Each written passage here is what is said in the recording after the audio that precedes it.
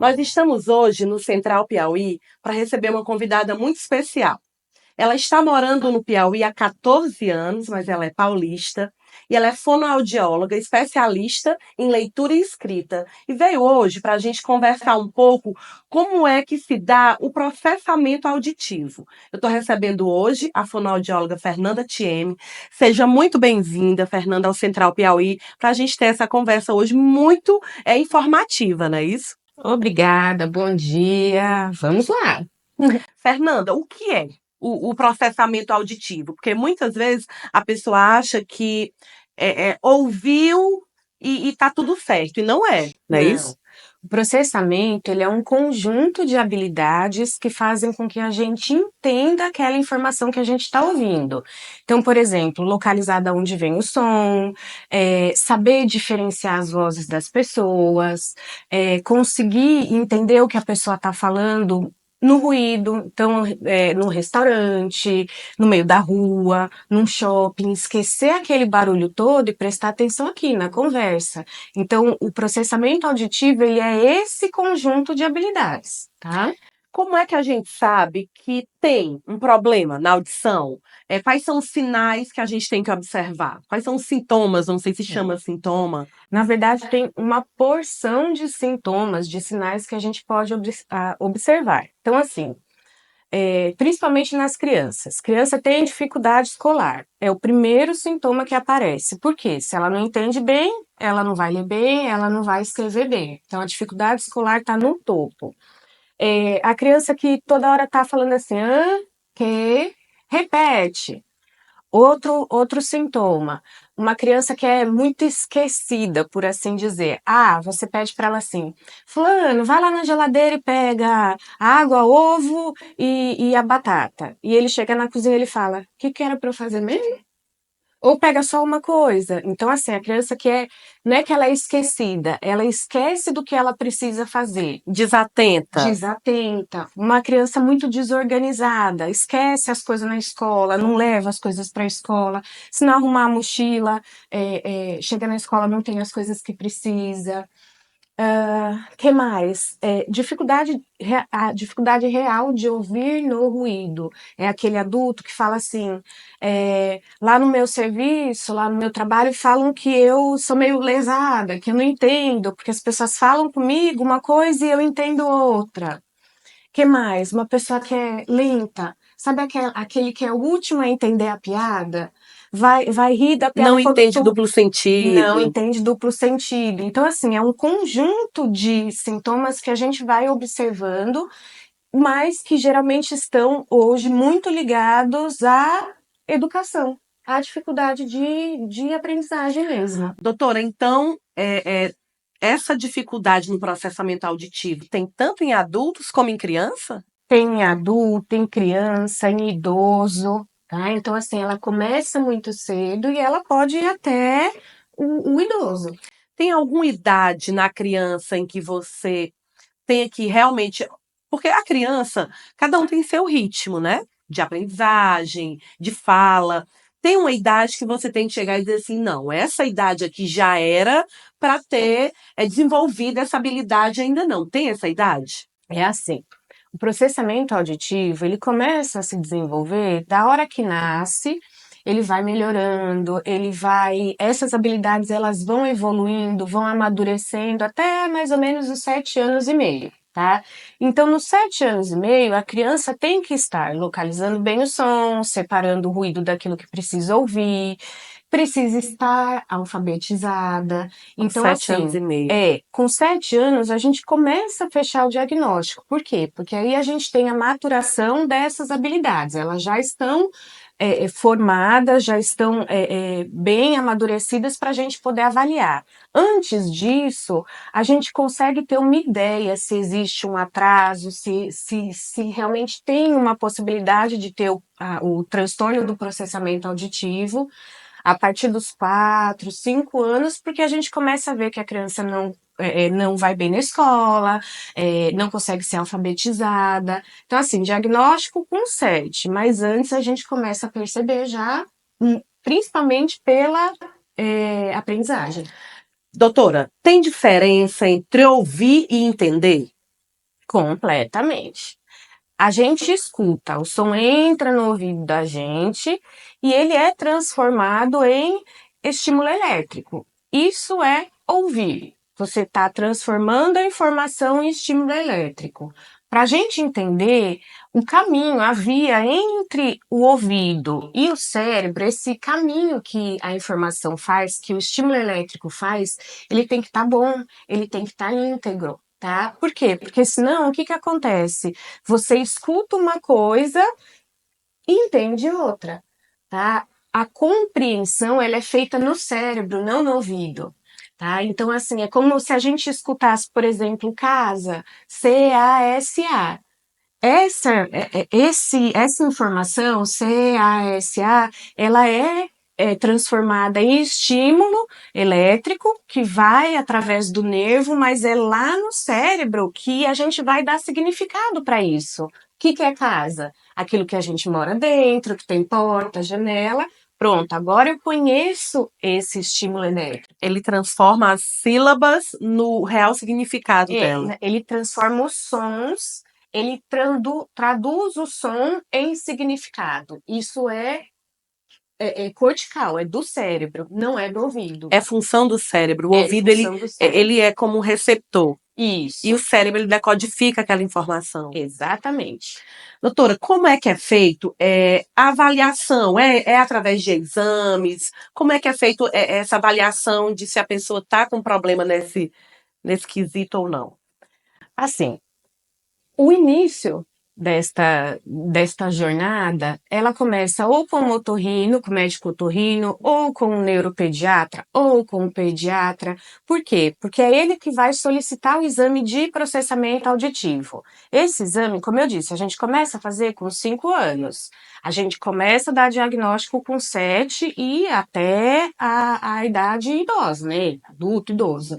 Agora, sim, precisa ser pedido pelo médico, tá? E aí a gente vai fazer essa avaliação. Na avaliação, a gente vai avaliar todas essas habilidades que eu dei já os exemplos. Localização, diferenciação de sons. É um exame um pouquinho demorado, mas a gente faz o exame para poder identificar quais são as habilidades que estão boas e quais não estão.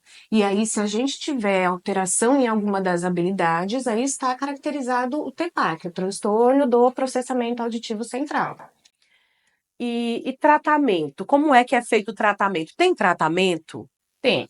O transtorno do processamento auditivo, ele diz respeito à habilidade. Toda habilidade treinada, ela melhora. Então, tem como melhorar? Tem, precisa treinar. Então, hoje em dia, a gente tem alguns tipos de tratamento. A gente pode fazer o treinamento auditivo acusticamente controlado, que é o treinamento auditivo que a gente usa a cabine, usa o audiômetro. A gente tem os estímulos, eles são controlados acusticamente. Posso fazer isso através de softwares também. Eu não preciso fazer dentro da cabine, porque a cabine é só um isolamento acústico. O que no treinamento acusticamente controlado, o que é mais importante é o audiômetro, porque ele que vai permitir a gente separar as orelhas, colocar uma orelha mais alta, outra mais baixa, ou o mesmo estímulo na mesma orelha e ir mudando a intensidade. Agora, com as crianças menores é difícil a gente fazer isso, porque elas não querem ficar dentro da cabine. Então a gente acaba fazendo terapia no consultório. E aí no consultório a gente vai usar softwares, vai usar jogos de computador feitos para isso. É lúdico, porque eles acham que eles estão brincando, que eles estão jogando, mas na verdade eles estão treinando, tá? É uma terapia que acaba demorando um pouquinho mais, porque a gente tem que usar o lúdico, mas ela tem tanto resultado quanto a terapia de cabine. Então, assim, a gente tem que avaliar caso a caso. Aqui dá certo fazer cabine? Aqui dá certo fazer consultório? Posso fazer também um pouquinho dos dois, porque a gente acaba tendo uma moeda de troca. Então, assim, às vezes com uma criança a gente fala, ó, nós vamos fazer 2 atividades na cabine e depois a gente faz mais 2 no computador. Então, a gente pode mesclar as duas coisas, mas tem tratamento e tem resolução. Tá? Então não é uma coisa que precisa ser para o resto da vida, não. Treinou, vai melhorar. Doutora, no adulto, eu sei que às vezes ele já nasce com isso e não trata, e nem tem conhecimento. Mas existe alguma coisa, alguma doença, um AVC, um acidente, que possa estar ocasionando isso que ele não tinha quando criança e passou a ter como adulto? Existe a possibilidade da pessoa ter uma perda de audição. Então, ó, a pessoa era normal, né? E teve uma perda de audição por N motivos. Pode ser por causa de uso da medicação, pode ser um AVC, pode ser um acidente. E aí, a pessoa que tem perda de audição, ela tem perda de estímulo sonoro. E aí, essa via, essa estrada que eu falei entre o ouvido e o cérebro, ela passa a ser menos utilizada.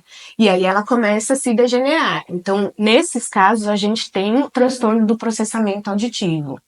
Tem estudos também que dizem que principalmente os homens, depois dos 50 anos, começam a perder. É tipo uma gordurinha que tem no neurônio que faz a informação escorregar de um neurônio para o outro e chegar lá no cérebro. Estudos dizem que, principalmente nos homens, essa gordurinha, depois dos 50 anos, ela começa a ficar mais escassa. Então, eles começam a ter mais dificuldade de compreensão, começa a ter o TEPAC. Tá? Então, assim, perda de audição, perda de mielinização, pode acontecer sim, tá? Nos adultos.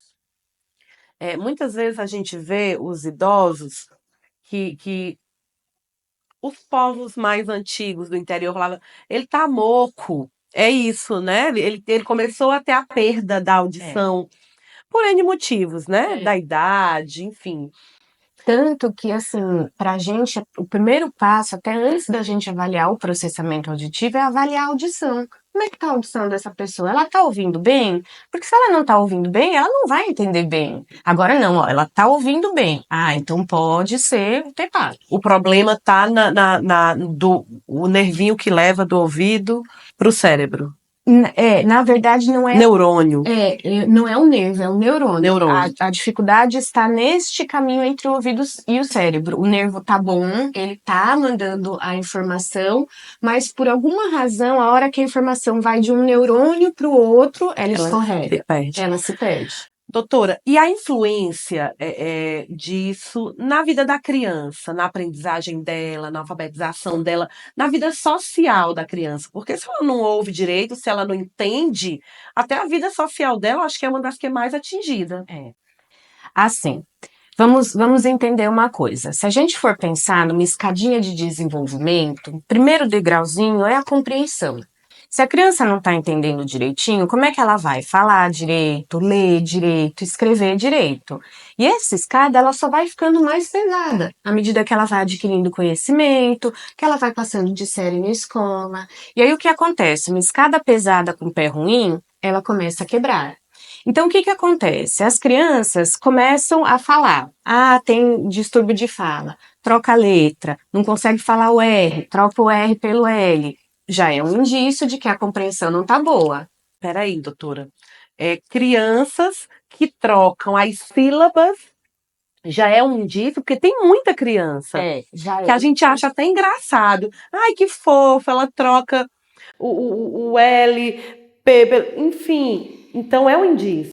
A gente assim, tem uma escadinha de desenvolvimento da fala também. A gente não pode querer que uma criança de 3 anos fale corretamente o R, o pra, o tra, o cra, né? Uhum. Mas assim, passou dos 5 anos, 6, 7, começa a ter essas dificuldades, aí a gente tem que avaliar, tá? Porque pode ser a dificuldade de compreensão. Aí a criança entra na escola. Vamos começar a aquisição de leitura escrita. É um pesão que eu estou colocando aqui. E aí ela já começa a falhar. Por quê? Porque a base dessa escada não está boa. Então, lá no jardim, lá na alfabetização, a gente bota um pesão aqui e já começa a falhar. Então, a gente já tem que avaliar para entrar com terapia. E o problema de estudo é que, assim, a gente nunca deixa de colocar peso nessa escada. Todo dia a gente está adquirindo conhecimento. Isso, a gente está sempre aprendendo. Só que em época escolar isso é muito intenso. E aí, sei lá, vem a primeira, a segunda, a quarta, a quinta, a sexta série. Quanto mais peso eu coloco aqui, mais a escada quebra, né? Então, assim, a dificuldade da criança maior começa a ser na escola. Só que, como você disse, o social também começa a ser afetado. Por quê? Porque como ela não entende, ela tem vergonha de perguntar. Então, assim, ela já tem dúvida e ela não pergunta porque ela tem vergonha. Aí começa o bullying. Ah, essa daí não sabe de nada. Essa daí é a burrinha. Aí a criança também já se fecha. A criança não quer ir mais para aniversário, para restaurante, por quê? Por causa do barulho, porque ela não entende o que é que estão falando. O aluno tem um acompanhamento especial ou não? Não há necessidade? Tem. Na escola, a gente sempre manda orientações para a escola, a gente conversa com a escola, por quê? Uma criança com TEPAC, ela não pode sentar lá no final da sala, porque ela não vai entender direito. Mas ela também não pode sentar lá na frente, perto da parede, porque parede reverbera, o som bate e volta, para a criança entender é mais difícil. Que mais? O professor pode ajudar falando de frente para a sala. Então, às vezes, ele está escrevendo no quadro e está falando, a compreensão já fica mais difícil. Falar parado, porque às vezes a criança tem dificuldade em ir acompanhando o que o professor está falando quando ele está Em em movimento. movimento, tá? Então, assim, a criança tem que sentar para frente, longe da parede, longe da porta. O professor tem que dar um pouco mais de atenção para essa criança. Às vezes, nas provas, por causa da lentidão, a gente pede que tenha um pouco mais de tempo para fazer a prova. Tem crianças que precisam fazer a prova em sala separada, é a mesma prova, mas por conta do ruído, prefere fazer a prova separada. Então, a escola tem que ajudar, né? É preciso que a escola ajude, porque foi o que você falou, é um conjunto. Não adianta só a criança ir para terapia e aí chegar em casa e na escola não fazerem nada. Então é sim, é terapia, família, escola. Doutora, nós vemos adultos, no meio político mesmo, que nós sabemos que eles sabem o que querem dizer, mas não conseguem organizar as palavras e os pensamentos e expressar coisas conexas. Nós temos esses casos a nível nacional, a nível local. É algum distúrbio ou não? Com certeza, e pode ser TEPAC, porque uma das habilidades auditivas que a gente precisa ter para ter um bom discurso é a organização. Então, assim, a gente precisa organizar a frase. Como é que a frase ela é organizada? É sujeito, é verbo, é predicado. Eu preciso organizar essas ideias. Como é que eu vou contar uma história se eu contar o final, depois o começo, depois o meio? Não, eu tenho que contar começo, meio e fim. Então, pode ser o TEPAC, sim, e é uma dificuldade de ordenação temporal, tá? Então, tem que avaliar também. Às vezes, está associado com ansiedade. Tá? Se a pessoa está super ansiosa, tem mil coisas para falar, não está acostumada, talvez com aquele assunto, e aí o nervosismo, a ansiedade acaba Atropelando bagunçando. tudo. Mas se isso acontece sempre, aí sim é um caso para a gente avaliar. Pais que estejam assistindo essa entrevista, se você notou alguma dessas características no seu filho, ou você é adulto, que diz, eu tenho essa característica, procure um especialista, porque é tão ruim você, a criança, crescer dessa forma, sendo que existe tratamento, existe um diagnóstico. Então, nosso compromisso aqui é com a informação. E então procurem, vamos melhorar a vida dessas crianças, melhorar a nossa vida como adulto. Não deixem passar um distúrbio tão sério que atrapalha tanto, né? Foi uma conversa maravilhosa, doutora. Muito obrigada. Espero tê-la aqui outras vezes para a gente falar de outros assuntos. A Central Piauí agradece a sua presença. Imagina, eu é que agradeço. E assim, gente, vamos procurar, vamos fazer diagnóstico, porque não precisa ser tão difícil assim, não precisa levar isso para o resto da vida. Se a gente tem como melhorar, vamos buscar, né? E eu estou à disposição para falar de processamento, para falar de educação, mas vamos procurar sim, tem como melhorar, tá bom? Obrigada.